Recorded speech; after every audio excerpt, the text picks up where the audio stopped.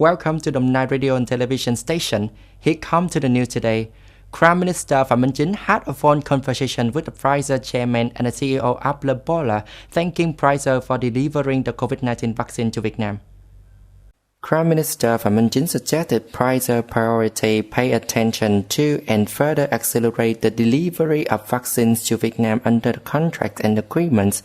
At the same time, the Prime Minister wanted Pfizer to support Vietnam to borrow and seek vaccines that are not currently in demand from other countries, propose to strengthening and establish new forms of cooperation such as technology transfers on vaccines and especially drugs to treat COVID-19. At the proposal of the Prime Minister, Pfizer chairman and the CEO of Ebola pledged to make every effort and find an option to speed up the delivery of vaccine to Vietnam in August, September and the fourth quarter of 2021, ready to help and support Vietnam to receive transfers and other forms of vaccine delivery from other countries, actively support the U.S. government to support Vietnam on vaccines.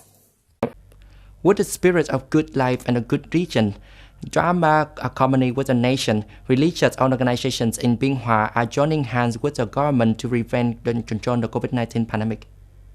Buddhist establishments have implemented many support models such as zero-dome birthright, from door to door, knocking from door to door, to get tens of thousands of gifts to people during the time of social distancing. Catholic compatriots also have many positive and meaningful activities. More than 100 Catholic dignitaries, politicians, and monks have volunteered to join the front line of pandemic prevention. The fight against the COVID-19 pandemic still has many difficulties and challenges. With the loving support, religious organizations in the province has been providing motivation for the frontline forces to fight the pandemic, all because of the great belief the pandemic will repel and life will soon return to normal. The textile and garment industry is facing unprecedented difficulties, and it is difficult to forecast this year's export figure of $39 billion USD. At the beginning of this year, many enterprises in the textile industry received orders, growing continuously after a long time of going through difficulties in 2020. However, the strong outbreak caused many localities to eliminate distance. Businesses stopped production, were continuously affected by the late delivery. Customers did not continue to place orders in November and December for the remaining production capacity, especially considering 2022 order.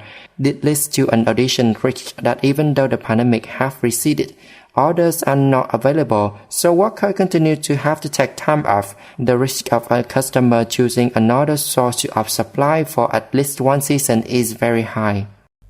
The U.S. military is establishing an internal route to Kabul airport due to the threat posed by ISIS-K, an offshoot of the Islamic State groups in Afghanistan, to an airport and outground area. CNN quoted U.S. defense officials as saying there is a high probability that the ISIS-K will attempt to carry out an attack at the airport. The U.S. Embassy in Afghanistan warned its citizens to stay away from the capital airport because of the potential external security threats. Meanwhile, President Joe Biden met with a senior official to discuss the security situation in Afghanistan and counter terrorism operations against the IS range. Kabul International Airport is the only way out for those trapped in Afghanistan after the Taliban took control of the capital Kabul on August. The Taliban held their first meeting between their leaders on August 21st and successfully recruited wealthy young brother of former President Ashraf Ghani. In Afghanistan, Saturday is considered the first day of the working week. Most officials and universities in Kabul remained closed after the Taliban took control of the capital. According to some former Afghan government employees and civil servants, they were sent home after they arrived at work on August 21st. Meanwhile, Taliban leaders held their first meeting since taking control of Kabul. The Taliban said the new government would be announced in a few weeks and would not follow the Western definition of democracy.